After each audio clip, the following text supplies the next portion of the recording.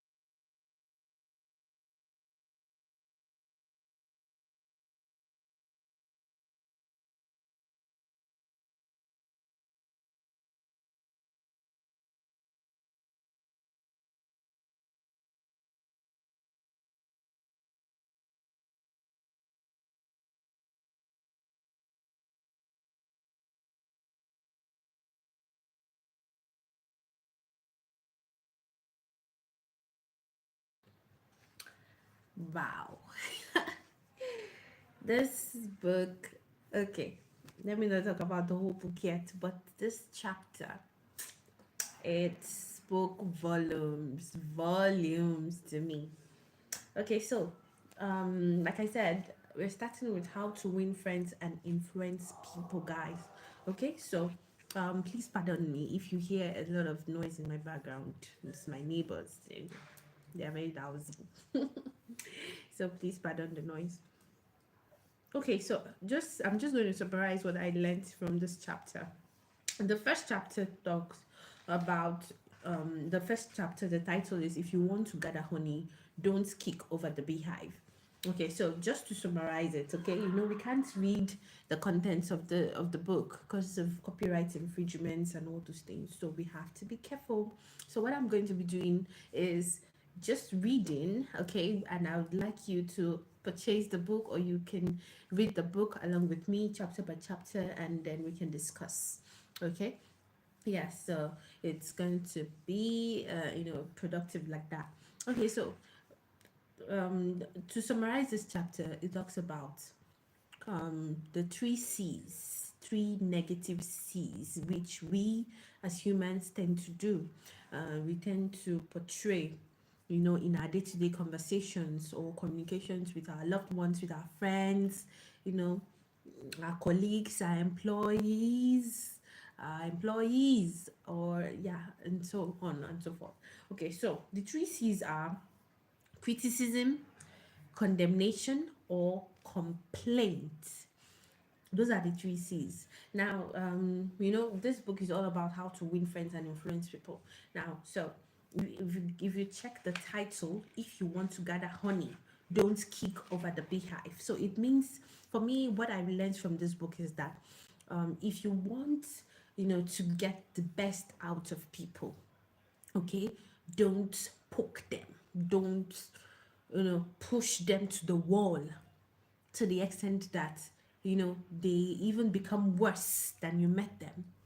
Now in this chapter, they kind of get highlight stories of people, even popular people, great men who who were, should I say, popular, who were renowned, from over time until now, who are still renowned till now for their achievements, for their, and how they were able to handle, dealing with people.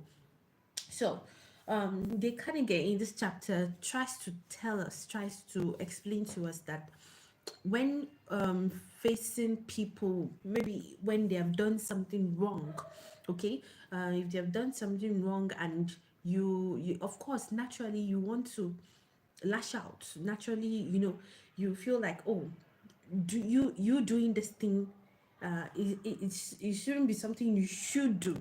Okay, for example, let me just cite one of the examples he brought out. There's a pilot who is quite popular, who is quite renowned, and he had a plane. So upon piloting the plane, he got into some sort of accident with a plane, and he discovered that the plane was, I think it was the it wasn't given the right fuel, it wasn't serviced with the right fuel, and that was what almost made him had a crash with a plane. He almost lost his life. So he, of course, when you have found yourself in that sort of situation, you want to look at who is at fault, who is to blame. Naturally, that's what we want to do. There must be someone to blame for this.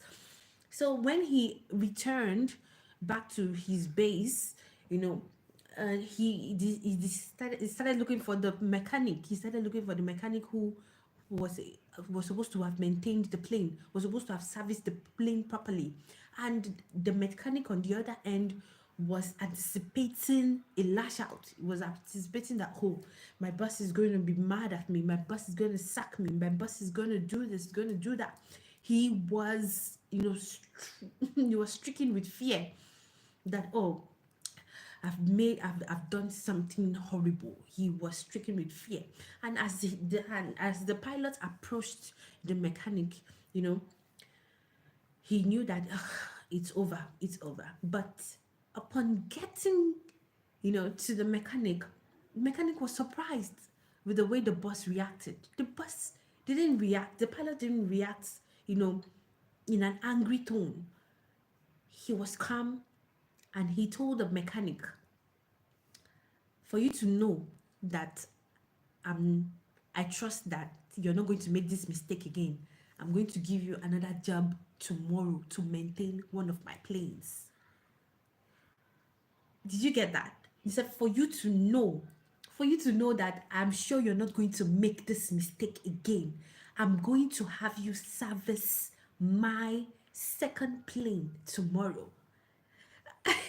Just think about, just try to imagine, how the mechanic would feel. Like, oh my God, what is happening? What just happened? I'm sure he must have been dumbfounded. So, guys, this chapter is quite enlightening because it's something that I've actually experienced in my life, particularly in the family setting. Criticism, condemnation, complaints is something that actually happens in a family setting. So, which Dale Carnegie also explains about the family setting. About, he made an example of a father and a son relationship, and how the father would always want more from the son, because maybe he sees himself in his son's life. He sees himself, when he was young, he sees his son like that. So a father expects so much from the son, to the extent that, inadvertently or indirectly, the father lashes out to the son whenever he does something wrong, whenever he's not doing things right, you know whenever he's, on all those things. So criticism, condemnation, complaint. The moral of this chapter is that it doesn't lead to anything positive. It doesn't lead to anything positive. So if you're the kind of person that criticize, at you just to be able to let out that anger, just to be able to, put out the fumes of the flames of your anger, you want to lash out, lash out, lash out. You are only doing that for yourself. You're doing that to give yourself some sort of relief, not for the other party. The other party is at the receiving end of all your fumes, and they are the one who you don't know the damage, the mental damage it does to that person. Okay, so I feel like this chapter, illustrates how, as humans, we don't like criticism. We do, as humans, we do not like criticisms. We do not like condemnation. We do not like to be condemned. So if it's something that you don't like for it to happen to you, then why do it to someone else? So that's one of the the principle of dealing with people, according to Dale Carnegie. One of the principles is that if you are someone who doesn't like to be criticized, you don't like to be condemned, then you have to be able to control your tongue, your lips, when in that sort of situation. And even God says, Jesus told us in the Bible, do not judge, or else you will be judged. So if you know you don't want to be judged, do not judge. Okay, do not judge unless you're going to be judged at one point or the other. So whenever excuse me, whenever you're trying to, whenever you're trying to talk about, whenever you're trying to, criticize someone, it shouldn't be, there should be a way to be able to balance it. If you're trying to tell someone that, oh, what you did is not good, or for example, you gave your child a cup of tea, put it on the table, and you put your child on the chair. Oh, sit, and take your tea. And you just look away, and the child has spilled the tea on the floor. And of course, you're running late. The child is running late. Everybody's on. Everybody's tension is high. You're trying to meet up with time, and of course, your emotions are also. So you'll be like, what? before you react, calm down. I know this is not easy to say, but that is what Dale Carnegie is trying to tell us. So before you react, before you criticize, before you start lashing out, calm down. Try to understand what's happening with the child. Try and understand what's happening with the person. So that's what this chapter is all about. Criticism, complaint, condemnation doesn't lead you to anywhere. It actually it fuels the fire. It fuels the fire. It fuels the fire. So, for example, if you it's a person who left a person who grew up in a broken home, and you see the person engaging in some sort of violent behavior as a teen, growing up into an adult, doing all sort of things, and people keep, people continue to criticize, continue to, oh, you are at fault, oh, you're this, oh, you are that. They continue to criticize and criticize and criticize. And we see in some cases, if you watch some true crime documentaries, you see that it's like it fuels the person's desire to do more harm, to do more negativity. So what Dale Carnegie, in summary, okay, is that instead of judging, instead of criticizing, why don't we begin to speak out of kindness? Why don't we begin to speak out of compassion? Why don't we begin to speak out of empathy? So that is what this chapter is all about. Chapter 1. Chapter 1 says, the title of chapter 1 is, if you want to gather honey, don't kick over the beehive. So my review for this chapter is 100%. It's 100%, 5 stars. 5 stars. It's 5 stars because it's something that's actually relatable in our daily lives. So if you want to join our online book reading club, you can purchase the book, and then we can continue to explore together. Okay, yeah. So so I noted down some key points. In the book. Let me just see.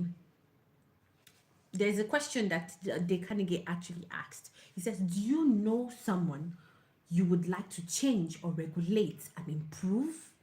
Good, that is fine. But why not begin with yourself?